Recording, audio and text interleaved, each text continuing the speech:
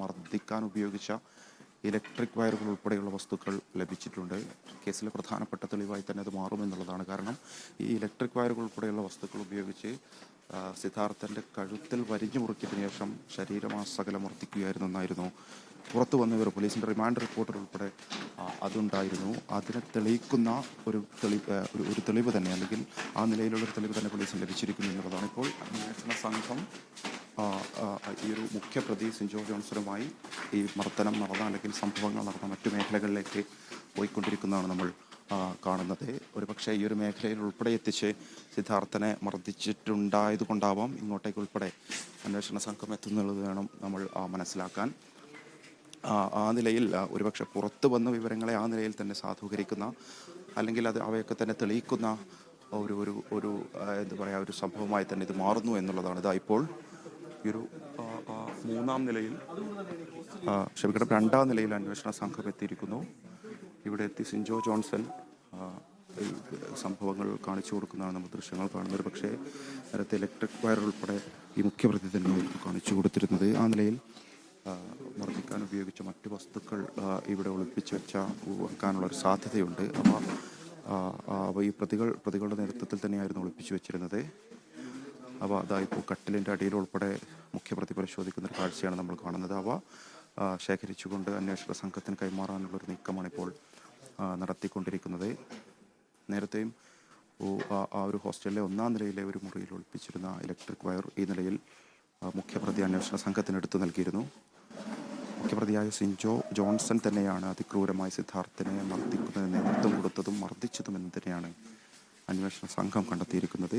ആ നിലയിൽ അവരുടെ കൈവശമുള്ള സാധാരണഗതിയിൽ സാധാരണ ആവശ്യങ്ങൾക്ക് വേണ്ടി ഉപയോഗിക്കുന്ന ഇലക്ട്രിക് വയറുകൾ പോലെയുള്ള, അല്ലെങ്കിൽ ഇരുമ്പ് കമ്പി പോലെയുള്ള ഇവിടെയുള്ള വസ്തുക്കൾ ആയുധങ്ങളാക്കി മാറ്റിക്കൊണ്ടായിരുന്നു ഇത്തരം ഒരു ക്രൂരകൃത്യം ഇവിടെ അരങ്ങേറിയിരുന്നത്.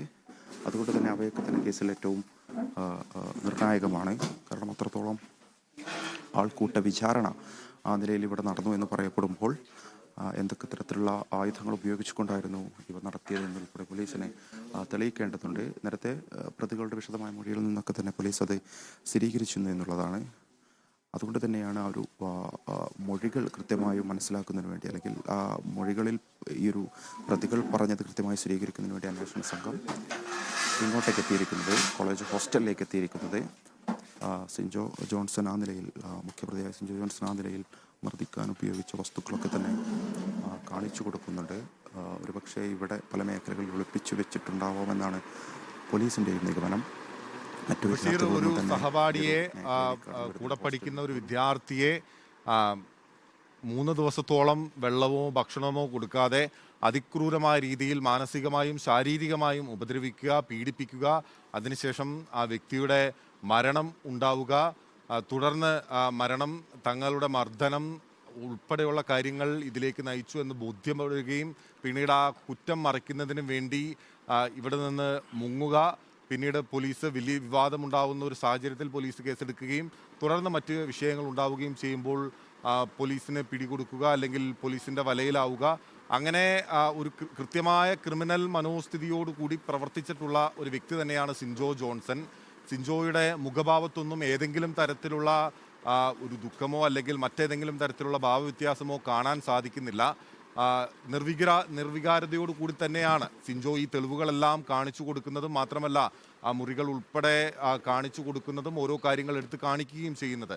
അത്രത്തോളം ഒരു ക്രിമിനൽ മനോഗതി ആ വ്യക്തിക്കുണ്ടായിരുന്നു എന്ന് തന്നെ വേണം നമുക്ക് മനസ്സിലാക്കാൻ.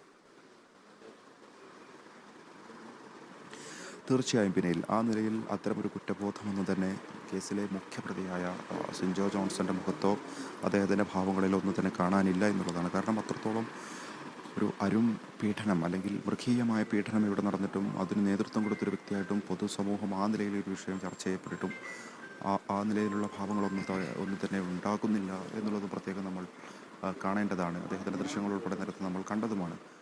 സ്വാഭാവികമായും സംഭവിച്ച ഒരു വിഷയമായി മാത്രമാണ് ഈ ഒരു പ്രതികൾ ഉൾപ്പെടെ ഒരു സംഭവത്തെ കാണുന്നതെന്നാണ് നേരത്തെ അന്വേഷണ സംഘവുമായി സംസാരിച്ചപ്പോൾ നമ്മളോട് അവർ പറഞ്ഞിരുന്നത്. കാരണം ആ നിലയിൽ അവർക്ക് കൃത്യമായ ഒരു ഉന്നത തലങ്ങളിൽ നിന്നുള്ള സംരക്ഷണം ലഭിച്ചിട്ടുണ്ട്, അല്ലെങ്കിൽ ഇനിയും ലഭിക്കും.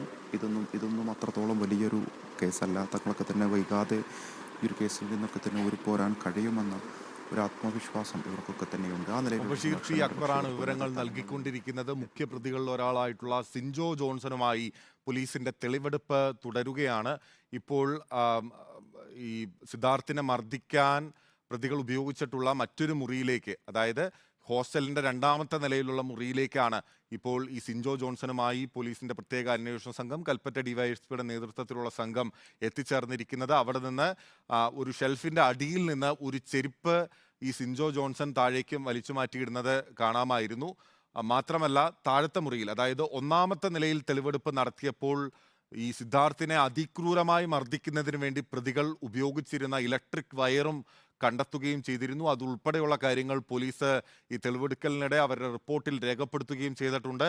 സുരക്ഷാ ജീവനക്കാരെയും ഒപ്പം തന്നെ ഹോസ്റ്റലിലെ ജീവനക്കാരെയും ഉൾപ്പെടെ എത്തിച്ചുകൊണ്ട് അവരുടെ മൊഴികൾ കൂടി രേഖപ്പെടുത്തിക്കൊണ്ടാണ് പോലീസിന്റെ തെളിവെടുപ്പ് ഇപ്പോൾ പുരോഗമിച്ചുകൊണ്ടിരിക്കുന്നത്. സിദ്ധാർത്ഥിനെ അതിക്രൂരമായി മർദ്ദിക്കുന്നതിന് പ്രതികൾ ഉപയോഗിച്ചിരുന്ന മുറിയാണ് നമ്മൾ ദൃശ്യങ്ങളിൽ കാണുന്നത്. സിൻജോയും അതോടൊപ്പം തന്നെ മറ്റ് ഈ കേസിലെ പ്രതികളായിട്ടുള്ള സഹപാഠികളും ഉണ്ടായിരുന്ന താമസിച്ചിരുന്ന മുറികളിൽ ഒന്നാണിതെന്നാണ് നമുക്ക് മനസ്സിലാക്കാൻ സാധിച്ചിരുന്നത്. അലിഖിതമായ ഒരു നിയമം ഈ ഹോസ്റ്റലിൻ്റെ അകത്ത് ഉണ്ടായിരുന്നു എന്നാണ് പോലീസിന്റെ തന്നെ റിമാൻഡ് റിപ്പോർട്ടിൽ പറഞ്ഞിരുന്നത്. ആ അലിഖിതമായ നിയമത്തിന്റെ അടിസ്ഥാനത്തിൽ എല്ലാവരും പ്രവർത്തിക്കുക, അല്ലെങ്കിൽ പ്രവർത്തിക്കാതെ വരുന്നവർക്കുള്ള ഫലം എന്താണെന്ന് അക്ഷരാർത്ഥത്തിൽ കാണിച്ചു കൊടുക്കുകയായിരുന്നു ഈ ക്രിമിനൽ മെന്റാലിറ്റിയുള്ള പ്രതികൾ എന്ന് വ്യക്തമാക്കുന്നതാണ് സിദ്ധാർത്ഥിന്റെ മരണം. ഇപ്പോൾ പോലീസ് ഉദ്യോഗസ്ഥൻ ചോദിച്ചറിയുകയാണ്.